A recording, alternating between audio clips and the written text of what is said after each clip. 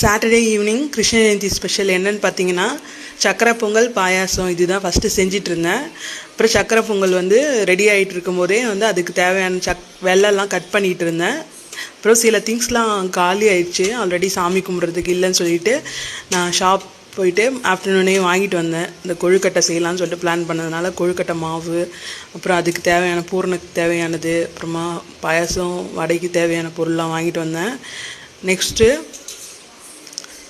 சாமிக்கு படைக்கலான்னு சொல்லிட்டு சில ஸ்நாக்ஸும் வாங்கிட்டு வந்தேன். அப்புறம் இந்த வாட்டி கொழுக்கட்டை வந்து நல்லா தான் வந்தது, ஆனால் வந்து கொழுக்கட்டை அச்சில் வந்து ஒட்டிக்கிச்சு, அதில் செய்ய முடியல. அதனால் நான் வந்து கையிலே செஞ்சுட்டேன். லாஸ்ட்டாக கொழுக்கட்டையை வந்து அச்சில் ஃபஸ்ட்டு செய்யும்போது நல்லா தான் வந்தது, ஃபஸ்ட்டு நல்லா வந்தது, அதுக்கப்புறமா வந்து ஒட்டிக்கிச்சு, அதில் வரலை. அதனால் லாஸ்ட்டில் ஃபைனலாக கையிலே செஞ்சுட்டு படைச்சிட்டேன் சாமிக்கு. யாரெல்லாம் கொழுக்கட்டை செஞ்சீங்கன்னு சொல்லிட்டு மறக்காமல் கமெண்ட்